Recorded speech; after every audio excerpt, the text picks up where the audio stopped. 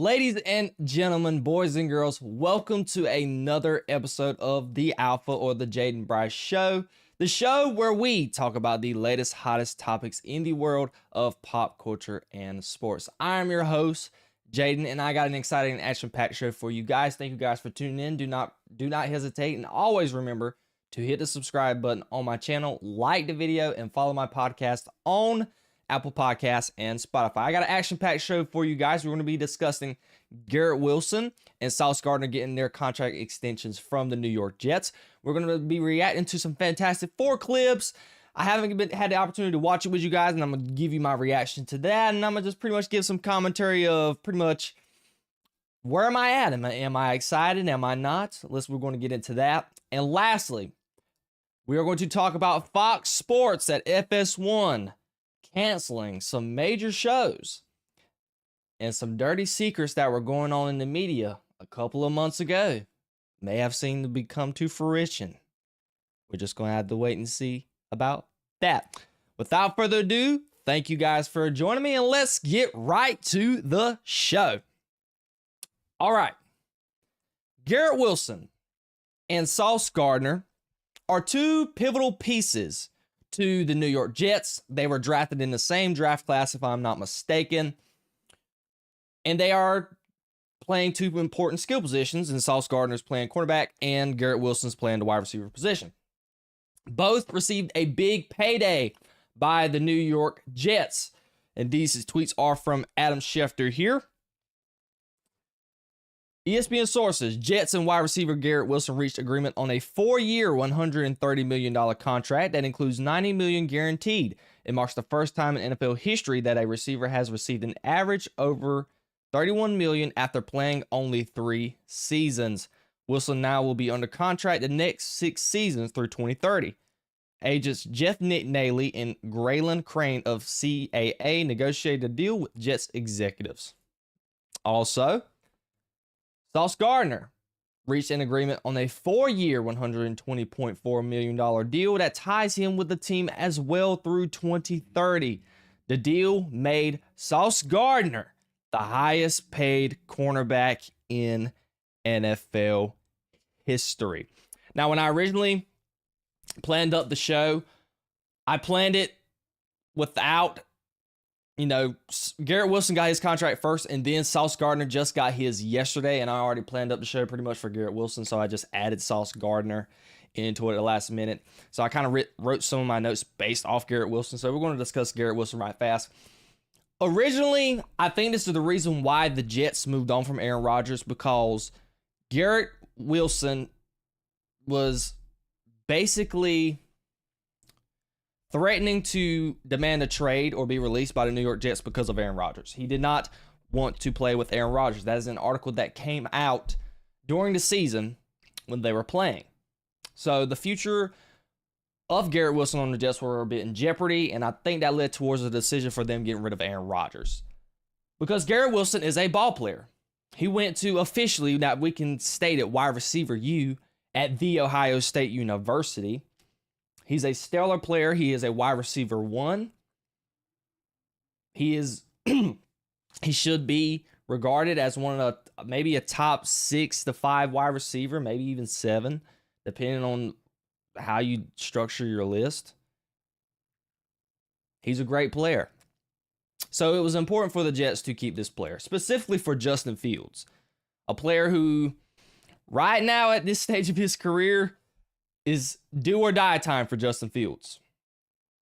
And what also this means is that Garrett Wilson and Sauce Gardner as well is committed to the future of the Jets. It's very rare for a Jets player to want to stay with the New York Jets. Quentin Williams just signed, I think it was last year, and now you got your other key guys in Sauce Gardner and Garrett Wilson tied in to the team for another 5 years. Obviously, you want to try and get a deal done with Breece Hall as well. But your core guys are pretty much taken care of.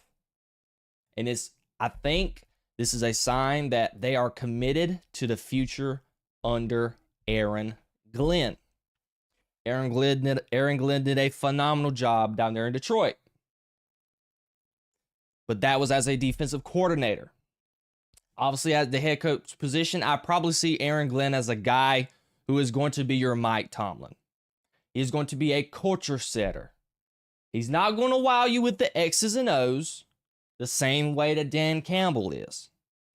But Aaron Glenn is going to be that guy who is going to set the culture there in New York. He played for that organization in the past. And he's trying to right the ship just as Dan Campbell did with the Detroit Lions. It's an amazing opportunity.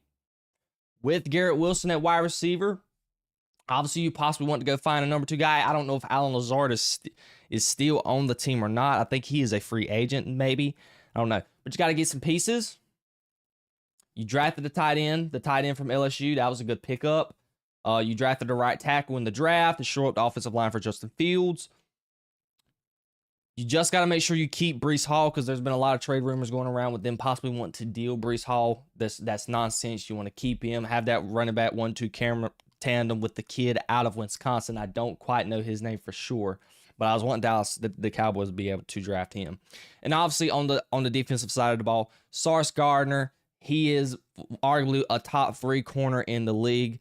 A lot of people like Pat Surtain to be the number 1 guy, and then you can pick and choose 2 or 3. Sauce Gardner and whoever else that you could possibly come up with. They did lose DJ Reed in free agency I think they did lose him to the Detroit Lions, ironically.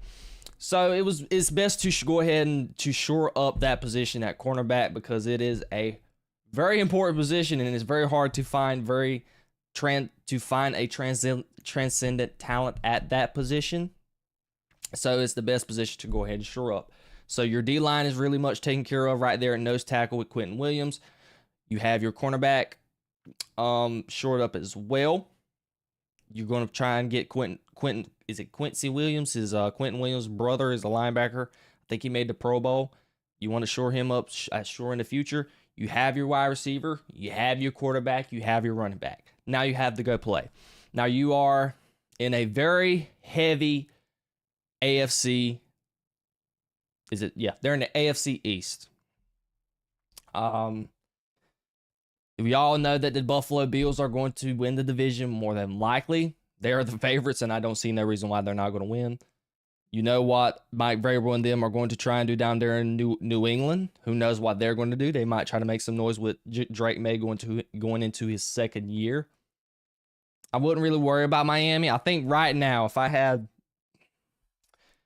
I'm not excited about Miami this year. I might have Miami finishing last. The Jets should be the 3rd to 2nd best team in the division. It just comes up if Justin Fields can play. That's the only thing keeping them away from being the 2nd best team in the division. I don't know what I'm going to see out of the New York. I don't know what I'm going to see out of the New England Patriots. We're pretty much riding on what ifs. What if Drake May does this and things of that nature? What about Stephon Diggs? Can he stay healthy? The defense, they made a lot of adjustments on the defensive side of the ball. Got some key free agents to come in. It's a pretty much wait and see game. We pretty much know what we got with the Jets because the defense is still there, although they did not have their best of the season that they had last year. But still, we have pretty much an idea of what the Jets look like offensively, but defensively, and even offensively with Garrett Wilson, with Breece Hall. Got a solid running game. You shored up the offensive line in the draft. It's just pretty much dependent on quarterback play. It's really dependent on quarterback play on both teams with New England and New York. Just going to have to wait and see. But this is a great move. It shored up Garrett Wilson and Sauce Gardner's faith in the franchise because it is the New York Jets. They're arguably one of the worst franchises ran right now in sports. You're in the Mecca. You're playing stepson to the New York Giants, although they're having their own struggles of their own as well. But this move right here, it shows that Sauce Gardner and Garrett Wilson think they can turn the tide there in New York. We're just going to have to wait and see. Hopefully they be able to ball out and continue to have Pro Bowl and All-Pro expectations at their respective positions. That is all. What did you guys think about that? Do you think these were important signings? Do you think the Jets can possibly make a run with the playoffs now that most of their talent positions are intact? I want to know all of your comments down below. All right, this is going to be the fun part. We're going to be reacting to a couple, and I mean a couple, of Fantastic Four clips here. I got them already loaded up, ready to go. Got them on pause. There's some that I have been waiting to do with you guys. I haven't had the opportunity to react to them. I actually even posted a trailer reaction to, I think, the recent trailer that they put out, even though these are little teasers, but not the teasers, but a trailer that released maybe about three weeks ago. Never even posted it. So I just wanted to react to some of these clips. I've heard some things about them, some interesting things that I wanted to see. And I'm going to give you guys my commentary. So let's see how this goes, ladies and gentlemen. All right. See what we got here.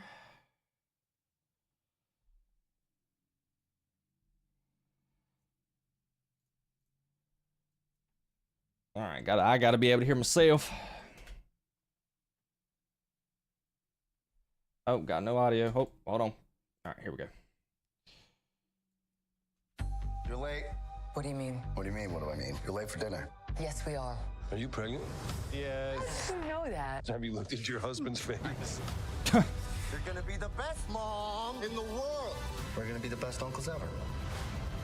We can do this. Nothing's going to change. The question on everybody's mind, will the baby be born with superpowers? Yes. Oh, shoot. Marvel Studios, Little Frankie. Get tickets now. All right, nothing really crazy there. We're just gonna go ahead and move on to the next one here. This is Fantastivision. This is actually one that I saw a lot of people providing commentary about. Specifically the next two. I saved the best one for last.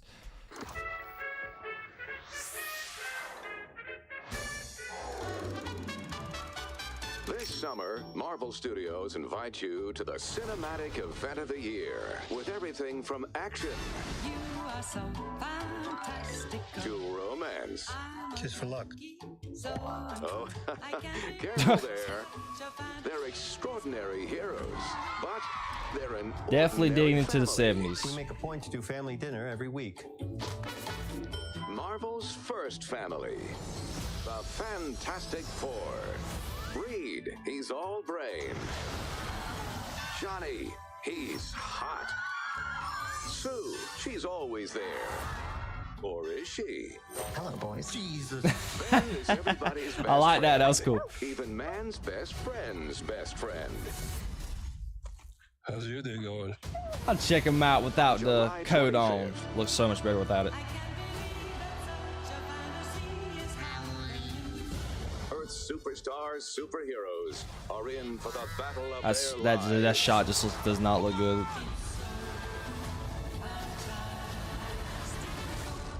What time is it, Ben? No, Johnny. Say it! I don't wanna. Say it! Marvel Studios. I still don't understand the whole thing of Fantastic him not Four, want to say first clobbering steps, time. Surfing onto the silver screen in brilliant Fantastivision. It's too fantastical. I do got to give them credit though. To be totally fair, the VFX work and the CGI are actually very much better than Superman. I have to give Marvel credit. It looks crispier. The cinematography just looks way better. Literally, James Gunn, when he comes out with his next movie, he needs to figure out just somebody else has to do the cinematography for that movie. But all right, here is the clip that everybody's been talking about when it comes to Johnny. All right. We know all the controversy that went on with him saying that, you know, he doesn't want to play this Johnny that's a womanizer who only cares about hitting on women. He wanted it to be a nicer Johnny Storm. So I'm very interested to see what this clip here is about. And let's just go ahead and get right into it. Light him up, Johnny! She was right here, And? and Johnny thinks they had a moment. Okay. I get Okay. it. Johnny loves space. Johnny loves women. What's the plan? I'll get a charmer. Last question. So the surfboard, is that part of your body or is that... So she dumped you already? Marvel Studios' The Fantastic Four. I saw stars and I could see me in her face. Rated PG-13. Get tickets now. Okay. I'm actually shocked. I'm actually surprised. So, y'all know that Johnny Storm is my favorite character in the Fantastic Four. I loved him. I loved Chris Evans' portrayal of him. You know, did Chris Evans go a little overboard with it a little bit? Yes, but I enjoyed it. So it seems here the actor pretty much contradicted himself because he said that he's not going to be doing this. But yet, in the same breath, they're doing it. Does it look a little cornier than what, you know, Chris Evans made it out to be originally? Yes. But they're doing it. They're listening to the fans, okay? Now, where is my excitement level at for this film? Obviously, I don't have the same amount of enthusiasm about the Fantastic Four as I do Superman. That is super obvious. But I have not been on the record, but when it comes to Marvel, Fantastic Four is up there for me. I somewhat kind of like Fantastic Four over the X-Men. Just a tad. Just because I love Human Torch that much. And The Thing. Those two guys, the dynamic they've had in every type of media that I've played when it comes to video games, TV shows, and even the movies. I've enjoyed them. And they've been my favorite. So they've been higher for me than the X-Men. I love the X-Men, but when it comes to X-Men, I'm primarily just a Wolverine type of guy. I like Cyclops as well. Everyone else, I like Storm to a certain degree, but I just don't love them as much as I do the Fantastic Four. So this is coming from a fan of Fantastic Four. I haven't been relatively wowed to get ready to see this movie because of the political stuff they brought upon it, and I'm beating a dead horse here because I'm saying the same thing. But it's true. It's just the political things that the actors have said. Pedro Pascal, he's not a guy that's easy to root for nowadays. But given what I've just seen with these last couple of clips and the original trailer that I did see that I never even posted, it's a more serious tone. It's a very more serious tone than Superman. I'm still not as excited as I was going in to see Superman or Fantastic Four. But after seeing this with Johnny, it's kind of got me a little bit happy, I'm building a little bit more anticipation for the movie, because it's just, Johnny was my number one worry going into the movie, because just the way the actor was talking, like, oh yeah, my Johnny Cage ain't going to be trying to flirt with women. He's just a nice guy, there to care and love for people. I was sitting there like, you gotta be kidding me. But for what we've got in the clip, that seems to not be the case. So we're just going to have to wait and see. The Thing, I don't know. It's not working for me at the moment. That's pretty much a wait and see type of thing. And I think Sue for me might be my favorite. If Johnny ends up being how Johnny is, obviously Johnny is more than likely going to be my favorite. But for right now, I think Sue Storm is looking like she's my favorite so far out of all the castings. But that is pretty much that I really want to talk about. But something interesting that did happen as of an hour ago when I was making up this show. And a lot of people were worried about this portion of the movie, because there were reports that were going around that, and I don't want to say this is 100% true. I think this is more than likely false to a certain degree, but we're just going to bring it up in context to this report that just came out by Variety. Sue Storm and the female Silver Surfer there was a rumor going around that those two were supposedly fighting Galactus at the end of the movie. I don't know what happened with the other three members of the Fantastic Four. I don't know what Ben, Reed, or Johnny were doing. I don't know if they were knocked out by Galactus or something. I don't know. But the rumor going around was that Sue Storm was playing a leadership type role in this movie. And they were kind of portraying that in the trailers early on, not so much lately. And then it set up saying that, hey, Sue Storm and the female Silver Surfer are going to be doing a dynamic duo to try and defeat the Galactus at the end of the movie. And a lot of people were, I mean, I wouldn't say a lot of people because we didn't get to give nobody's depiction of it, but I'm going to tell you right now, if that ended up being true, which I don't think it is, let me just preface this. I don't think it is true. I don't think that leak or rumor is true. If it is, though, there's going to be a lot of mad fans. A lot.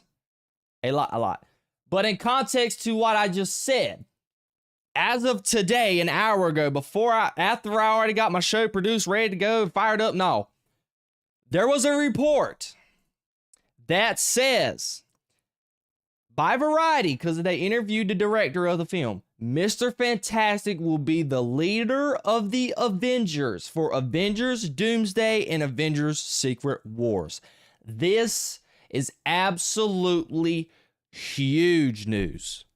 For the sake of people being worried about potentially Sue Storm leading the Fantastic Four, and it is huge for the Avengers because going into this movie, I've always questioned and sitting here thinking, like, who is actually going to lead the Avengers? I mean, is it going to be Anthony Mackie's Captain America? I'm sorry, Anthony Mackie's Captain America could not motivate me to go make a sandwich. He just couldn't. I'm sorry. It may be the case for Reed Richards. I don't even know. We're just going to have to wait to see how Pedro Pascal is. Bucky, he's got his thing going on with the Thunderbolts. So, was he going to be possibly leading the new Avengers? I mean, is their new Avengers, whatever they got going on, are they going to be part of the regular Avengers squad? I don't know. These are little plot holes that's not going to be answered till Avengers Doomsday comes. But we can put all of that to rest because it is seemingly confirmed that Reed Richards, which is the appropriate, I always thought should have been the appropriate pick, is going to be the leader of the Avengers. There's no Iron Man. There's no Captain America. Well, Chris Evans, Captain America. The only surefire leader in Marvel Comics of the Avengers that I can think of is Reed Richards. He's the only one really worthy of leading a group. I'm sorry, Thor can't. Thor's never been the leading type, and not Spider-Man. Because we know why Spider-Man cannot lead a group or a team. He's too young. He has no type of leadership dynamic or ability in him. Neither did Tony Stark. Captain America always fitted that mold and always has in Marvel Comics. And even if Captain America wasn't alive, I would possibly still question if Tony should be the leader of the Avengers. Given in the MCU, that he is the only surefire option that should be the leader of the Avengers. But still, Reed Richards is supposed to have leadership type qualities like Captain America. He's smart. He always makes the right decisions when things get in the thick of thin. And that's why I really am anticipating how this movie is going to end, because they're pretty much setting it up from the end of Thunderbolts. They're time traveling in some way, form, or fashion to get to the other Earth. So what does that mean? Does Reed Richards come up with the decision that they can't save the world? I don't know. That is something going into Fantastic Four, going into next weekend, that I'm going to be very interested to more than likely find out and explore. Because given this news, who knows what the end of Fantastic Four has to hold? Who knows what Fantastic Four has to hold for this movie?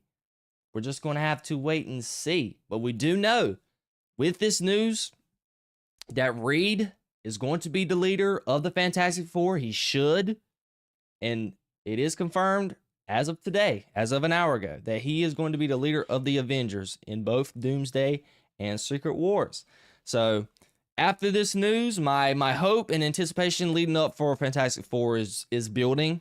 It's still not ever going to be as bigger than Superman. I just thought Superman has knocked out the marketing way better than Fantastic Four has. Fantastic Four has been really, they have been putting out too many clips. Just even less these little clips I hear. Just they've put out so many clips and like little teaser trailers. It's just too much to keep up with. Not enough little social media stuff like really Superman's marketing team really did hit on. So I think the marketing for Superman was much more elite. Although I think Superman dropped the ball when it come to releasing certain clips here and there.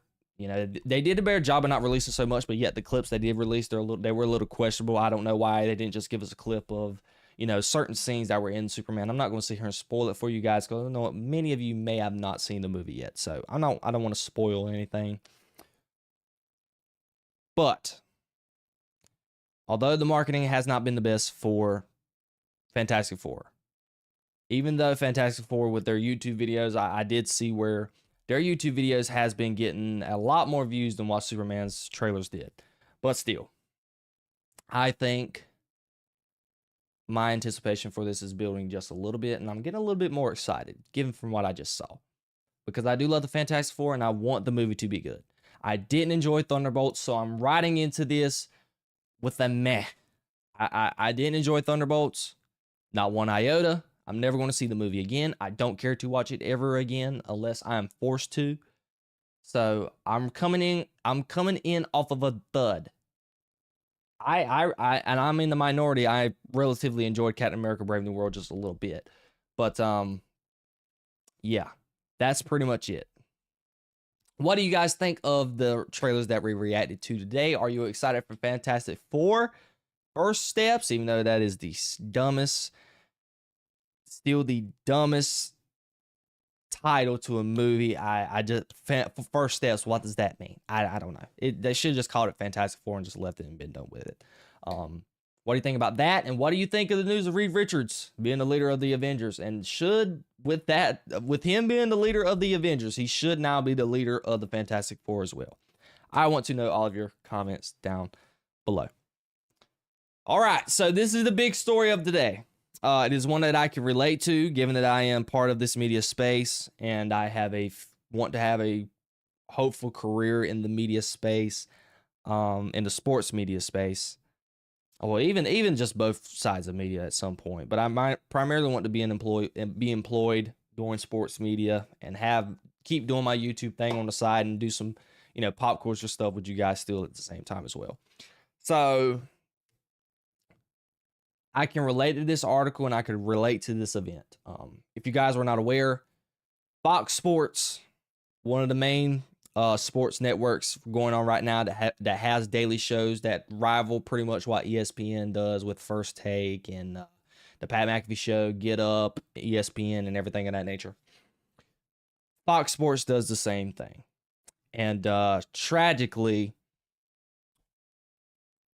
as of yesterday, well, not as of yesterday, as of Monday, out of nowhere, out of the blue, Fox Sports canceled 3 out of their 5 daily shows that they produce.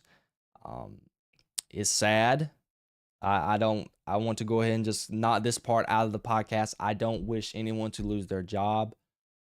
Specifically in this type of work, it's not easy to get up and just find another job.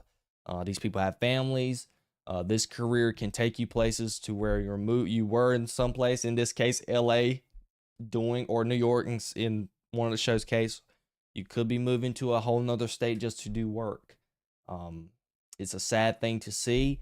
So before I even talk about it, it's not funny. Even though a lot of these people I do not care for, I'm going to just go ahead and preface this. This is the reason why I'm going to go ahead and knock this part out. A lot of these people that were on these shows, I don't care for them personally. Specifically one who she is the title of she's in my thumbnail. But I don't care for them as people, just as a person. But even with that, I would never wish in a million years for them to lose their job. I don't wish that, not one bit. The 3 shows that I am talking about is Craig Carton's Breakfast Ball, The Facility, led by Emmanuel Acho and the crew, and lastly, Speak, which was Joy Taylor's main show. So as of right now, and we actually got news of what Fox is pretty much looking forward to in the future, because they come up with news saying they're nearing a deal with Barstool Sports. So we'll discuss that near the end of this when we get done talking about just what my thoughts of the firings. And Speak. And I lost track of it a little bit. They did cancel Speak. But we have an article here. We all know the stuff that was going on with Joy Taylor, with the alleged lawsuit she had with basically having some type of affair to having affairs, or affair. I don't know if it was multiple or not. We're just going to keep it at affair. She was pretty much allegedly sleeping her way to the top, so to speak. That's probably the best way to put it. So we got an article here, and we're going to read it together. I've read some of it. It's by Front Office Sports. They were right on the dot when reporting this. It's a very small article, and we're just going to react to it together. All right. From Front Office Sports, Joy Taylor, and it highlighted her. I don't know why they highlighted her like this. Joy Taylor is out as FS1 Armageddon ends 3 shows. The network is canceling Breakfast Ball, The Facility, and Speak, with a wide variety of replacements under consideration. This is written by Ryan Glaspagel, I don't know how to say his name, and Michael McCarthy. Excuse me for Mr. Ryan Glass, whatever your last name is. Excuse me for not pronouncing your name right. I'm usually good with pronouncing names, but that was pretty hard to do. All right. FS1 is making sweeping changes to its programming lineup, as of 3 of its 5 daily shows are getting canceled. In the shakeup, Joy Taylor's 9-year tenure with the network has come to an end. Breakfast Ball, The Facility, and Speak will be no more, leaving The Herd with Colin Cowherd and Jason McIntyre, and First Things First with Nick Wright, Chris Broussard, and Kevin Wiles as the only shows remaining in the lineup. Front Office Sports has confirmed. The news was reported first by The Athletic. A Fox Sports spokesperson decided to decline to comment. Talents whose shows were canceled include Craig Carton, Mark Schlereth, Danny Parkins, Emmanuel Acho, LaShawn McCoy, Chase Daniels, James Jones, Paul Pierce, Michael Lervin, Keyshawn Johnson, and Joy Taylor. It is possible that a couple of the talents could remain at the network as it cooks up new shows. This is absolutely true, because Danny Parkins was actually on First Things First as of yesterday, filling in for Nick Wright. So he is still, even though Breakfast Ball is canceled and that was the show he was on, he's still with them in some way, form, or fashion. Sources told Front Office Sports that on-air talents who could be in play for new FS1 programming include Tony Reale, Max Kellerman, and Mrs. K. Adams. Look at Mrs. K. Adams. Everybody loves K. Adams. She does a really good job. She was with Good Morning Football. Then she branched off and did her little own thing on YouTube. So she does her show from the house. Hopefully I can get there one day like she did, where I could just shoot my show from my house and I didn't have even though she still travels and does some work here, but independently. That's the goal for me, ladies and gentlemen. So hey, drop a like and subscribe so I can get there one day. But anyways, Tony Reale, he actually was the host of Around the Horn. Obviously, ESPN canceled their show. The guy's pretty brilliant. He's produced a lot of things. So not a big name there. Mr. Max Kellerman, he was the co-host with Stephen A. for a couple of years in First Take. Stephen A. and him really didn't have chemistry and didn't vibe together. So that led to him being pretty much fired from ESPN. I don't think he was fired from ESPN. I just think he was demoted, and he was just doing little odds and ends things here and there from ESPN. I've not really heard much of Max Kellerman since he has left.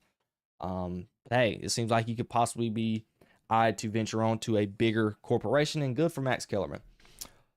Really, it says it here. Really, the longtime host of ESPN's Canceled Around the Horn told Front Office Sports he's interested in absolutely everything, while he's planning to be discerning about his future. Really envisions a future where he works in both the TV and digital spaces at the same time. Absolutely. And I quote from Really, "I'm open to talking to anybody and everybody at all times," said Really, who's currently taking a long vacation with his family before weighing his next steps. And ladies and gentlemen, okay, this is where the article gets juicy when I read it. I was shocked because we didn't hear nothing of the lawsuits from Joy Taylor since it happened. But this was a bombshell by Front Office Sports, okay? And this is what it says. While the scope of the cancellations is stunning, all three of the shows were struggling to attract audiences. I will discuss that here in a minute. They were all created by former FS1 boss Charlie Dixon, who exited the company in April, several months after he was named in lawsuits from former host Julie Stewart Binks and former network hairstylist Nushin Faraji. Taylor was also named in Faraji's lawsuit. So, ladies and gentlemen, if you did not know from what that means, it essentially means that there might be some validity to the lawsuit because Charlie Dixon exited the company after he was named in the lawsuit. And now, they pretty much confirmed that Joy Taylor she's out of there. She is out of there at FS1. She's not in consideration as the others like LaShawn McCoy, Danny Parkins, Mark Schlereth, and others who are still in consideration for being put in different programs. They just went ahead and just took her out of town, pack your bags after 9 years and go. So inevitably, even though we didn't hear about it for a while, there might have been some validity to the lawsuit that she was a part of. Ouch for Joy Taylor. And I said I was going to do it now. So let's discuss what this article says about they were struggling to attract audiences. And I'm going to go by show by show. I'm really shocked with Breakfast Ball. I think Craig Carton did a very good job. I know a lot of people might find him annoying. I know my father he finds him annoying to a certain degree. I think he provides juice. I like his personality. He's very entertaining to watch. He's not really dull, as a lot of people are and can be when it comes to this job. And he was partnered with Mark Schlereth and Danny Parkins. With their show, they were pretty much competing with Get Up. Although I don't get up really that early and watch those shows because their show comes on at 6 in the morning, if I'm not mistaken. One can say that I would rather have watched Breakfast Ball than Get Up ESPN. That's just me personally, because I liked the show. I thought the show was really good and it was entertaining in comparison to Get Up with Greeny. Although I love Greeny, I thought they might have been just pretty even. But that's the one that I'm shocked for Breakfast Ball. They weren't able to just attract any type of audience. The facility. This is the one that I'm not shocked about, which the next two I'm really not shocked about. It was okay. It was a show that I believe Emmanuel Acho and them, they claimed that the point of the show was to introduce audiences, tell them, pretty much report news based on the perception of being behind the scenes. Like, I can't really, what's the words I'm trying to use here? They were Emmanuel Acho were marketing the show to when it originally started to pretty much say they're going to give you the scope pretty much of what it meant to be a football player, pretty much. It was something along those lines. They were relating their show to them being former NFL athletes and pretty much reporting news and telling stories and reacting to news based off of an athlete's perspective. It was something along those lines because each one of them were former NFL players. Emmanuel Acho, he played for the Eagles and a plethora of other teams. James Jones, famous tight end for the Packers. Chase Daniels, backup QB, majority of his career for a multitude of teams from the Chiefs, Chargers. And Shady McCoy, stud, maybe a future Hall of Famer. Not a first ballot, but he might be a future Hall of Famer. Running back, played for the Eagles, Chiefs, Bucks, Bills, a plethora of other teams as well. So that was what their show based it upon. But it started at 10 o'clock. Well, it might have started at 9. I can't remember. But guess who you were trying to compete viewers against, okay? You were pretty much competing against First Take, the mecca, the godfather of sports shows out right now. The only long-lasting short sports show at the moment outside of, you can say, Colin Cowherd's show, that has been around for a very long time. It is hosted by my favorite commentator at the moment, Stephen Anthony Smith, alongside Shannon when he does inevitably come back during football season. But he has a lot of other people to come on when it comes from Mad Dog Wednesdays. I love Mad Dog Wednesdays. I was actually watching Mad Dog today. Okay, them two are really the only reason why I tuned in the first take. Excuse me. Mike and the Mad Dog, Chris Russo, and Stephen A. Smith.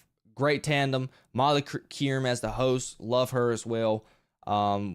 Especially during football season, you got RC, Ryan Clark, Dan Orlowski's going to be there, Damian Woody, Shannon, Mina Kimes, just a lot of people who I just love. So First Take is the boss, the final boss when it just comes to sports, when it just comes to this sports media gig. So the facility in comparison to that is not even a no-brainer. I'm sure majority, 95% of audiences definitely more than likely prefer to watch First Take over the facility. And this is the last show. Speak for yourself. I know I have my personal thing against Joy Taylor. I enjoyed her, but recently over the years, she pretty much rubs me the wrong way, especially now that I've witnessed her little podcast she has going on called Too Personal, where it's not about sports. She's just doing her own little thing when it just pertains to just stuff about life and relationships and things of that nature. She's showing her, her ideals and what ideologies that she believes in, and they're very questionable. And it's kind of like, darn it, she's a very hard person to root for. But then again, I don't wish her getting fired in any sort of way. I don't wish that on nobody. I mean, I'm going to say it up front. Joy Taylor's not one of my. She's just somebody that is, and I know this, most audiences probably thought this as well. She's just not a person to root for on camera. She's not a person that you want to be like, oh, let me see what Joy Taylor had to say today. You say that about Stephen A. You say that about Chris Mad Dog Russo. You can't say that about Joy Taylor. You just can't. I don't imagine there's a lot of people in the world that's like, yep, let me see what Joy Taylor had to say about a sports topic today. No. Although I'm not going to sit here and, I know with the whole thing with her about sleeping her way to the top, I don't know how valid that is, given that we just talked about in the article where the CEO, was it the CEO of Fox? Yeah, the former FS1 boss, not the CEO of Fox, but I guess the boss over FS1, pretty much left because of the same allegations that Joy Taylor was a part of in the lawsuit. So, I don't know. I don't want to just sit here and claim that she's done that, so we're not even going to get that far. We're just going to pretty much talk about her show. It was a horrible show. Look, Keyshawn Johnson, he got fired from ESPN. He came over to FS1. Cool, I enjoy Keyshawn. Keyshawn as your main guy, not very good. But if he can be a co-host like he was with Joy, that's fine. Paul Pierce. Can we get some real people on shows, please? Like, why? Paul Pierce, why? He got fired from ESPN over, the stupid live stream that he did with the girls in half naked out there twerking and had strippers everywhere. That stuff was going on. He had a cigar in his mouth live on television. Everybody remembers it. He got fired from ESPN. Then he came over to FS1, and when I tell you, he is just... When people argue and people, the people who went around the horn got canceled, and one guy was sitting there like, yeah, you know what? It's tough to see everybody prioritizing getting athletes on shows now instead of actual journalists. Paul Pierce is the epitome of that, because it's like, why are you on TV? Why?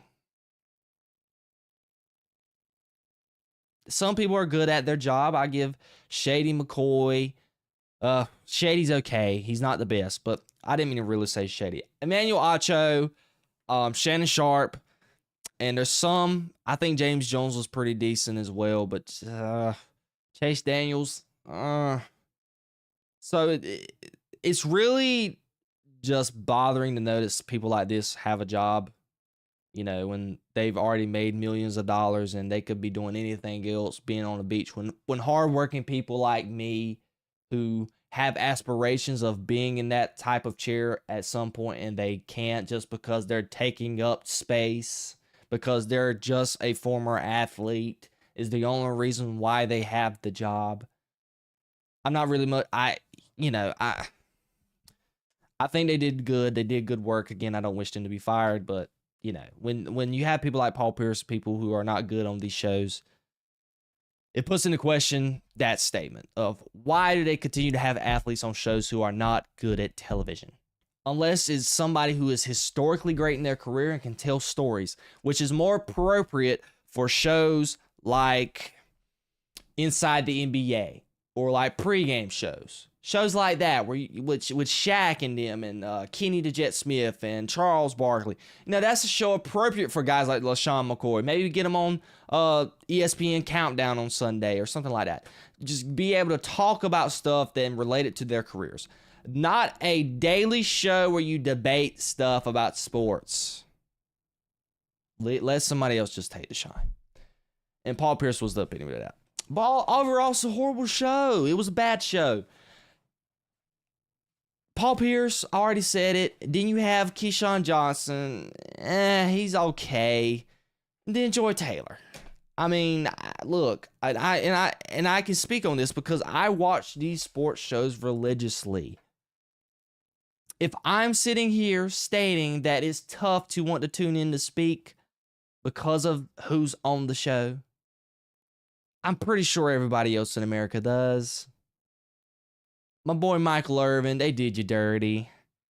They should have never put you on that show.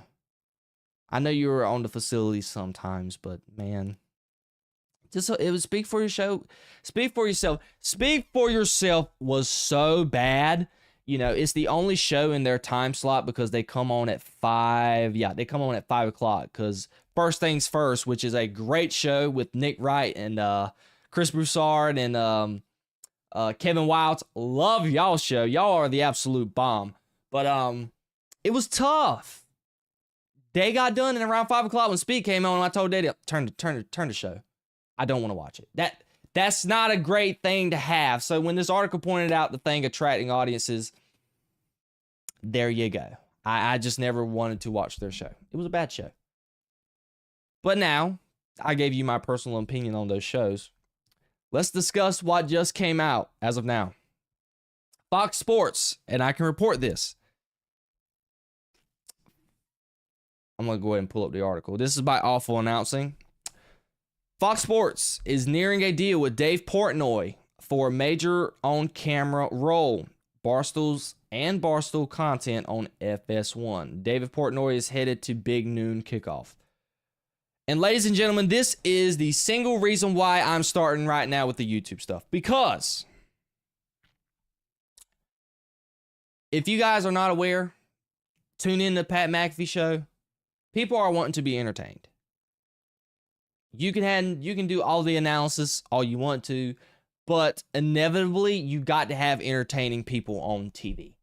You can't have people like Paul Pierce who is as stale as a dried up piece, like a dried up potato chip.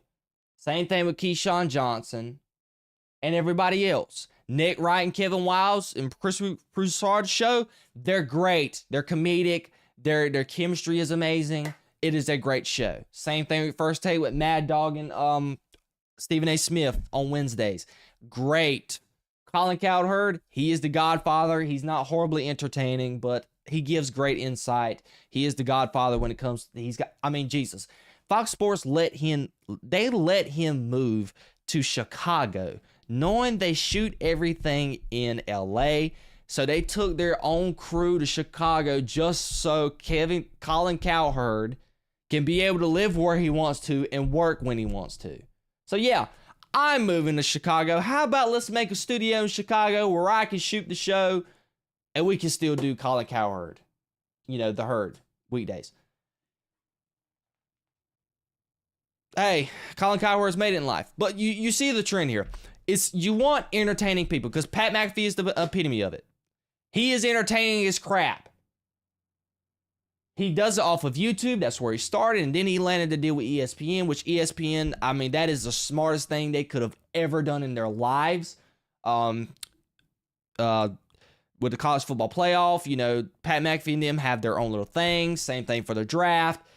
And it is very wildly entertaining. The guys do a great job. I would love to have that type of thing for me one day. The Pat McAfee 2.0 type of show, at some point down the road.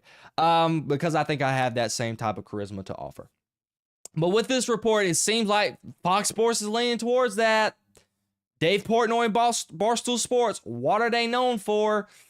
They do, yes, they provide great insight when it comes to sports and things of that nature, but guess what? They're funny. They're entertaining. So they're looking for their next Pat McAfee. And this is where sports media is heading. We all thought it was just going to be the athletes, but guess what? Social media, people need to understand, individual outlets are just starting to just blossom, okay? Dave Portnoy built a absolute monster over there at Barstool.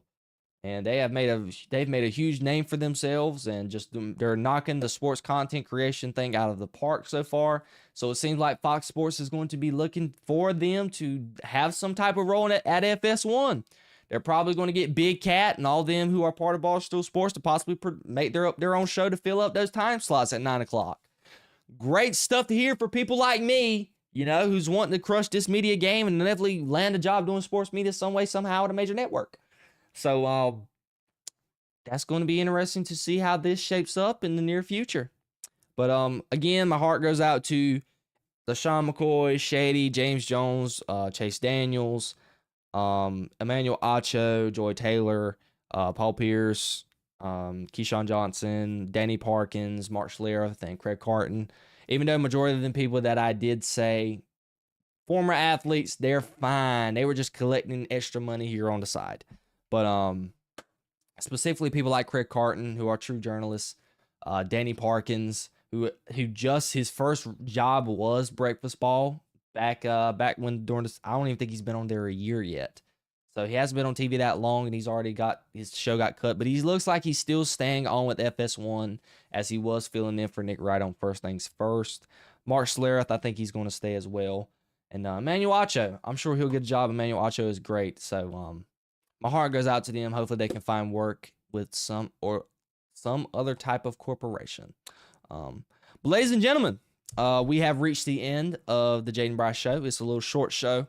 I can tell you guys right now, Friday's show is going to be juicy. There's been a lot of stuff that's been going on as of today when it comes to entertainment news. We got some news about Wonder Woman being pretty much greenlit and fast-tracked right now at WB and DC Studios.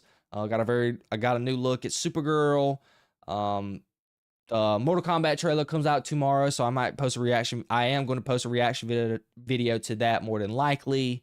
So a lot of stuff that's been going on today. So the next show is going to be very entertaining, and I hope to see you guys on the next show. If you enjoyed the show, do not hesitate to hit the like button on the podcast, and make sure to subscribe to the channel. And make sure I don't have any messages. Nope, we're good to go.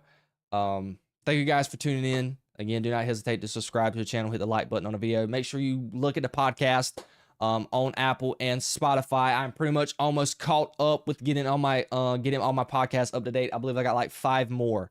I've got up to my 25th. I'm at my 25th podcast. This was podcast 30, so I only got 5 more to do to get caught up with you guys, so you can be able to listen on Apple Podcasts and Spotify.